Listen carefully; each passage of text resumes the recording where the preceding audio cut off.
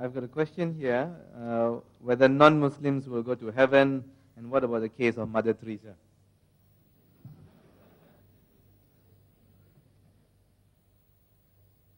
The question posed was that will non-Muslims go to heaven, and what about Mother Teresa? The reply to this question, who will go to heaven, Jannah, is given in Surah Al-Asr, chapter 103, verse number 1 to 3, which says, Wal Asr, Innal insana fi khusr, illa alladhina amanu, wa amilu salihati, wa tawasaw bil haqqi wa tawasaw bis sabr. That by the token of time, man is verily in a state of loss, except those who have faith, those who have righteous deed, those who exhort people to truth, and those who exhort people to patience and perseverance. The minimum criteria is required for any human being to go to Jannah is 4. Have faith, Iman, have righteous deed, exhort people to truth, to dawah and Islam, exhort people to patience and perseverance. If any one of these 4 criteria are missing, you shall not enter Jannah. You may be a very good Muslim. You may have performed Hajj, you may be offering Salah, you may have kept fast the month of Ramadan, but if you don't do dawah, you shall not enter Jannah. All 4 criteria are equally important. Iman, righteous deed, exhorting people to truth, dawah and Islam, and exhorting people to patience and perseverance. If anyone is missing, you shall not enter Jannah. So any human being wants to go to Jannah, heaven, he should fulfill all these criteria. Let's take the example of Mother Teresa. We learn and we hear that she got the Nobel Prize, and she has done many good deeds, etc. People have given an award, Nobel Prize.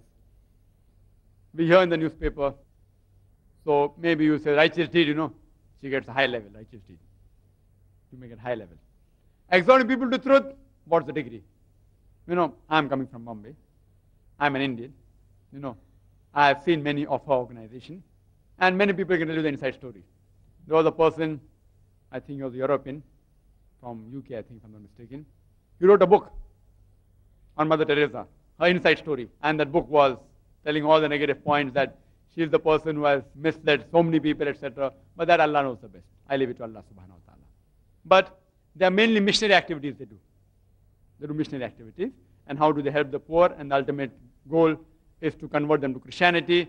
I can say because I know I'm living in Bombay, and many of our centers are in Bombay. But regarding whether she'll go to heaven or not.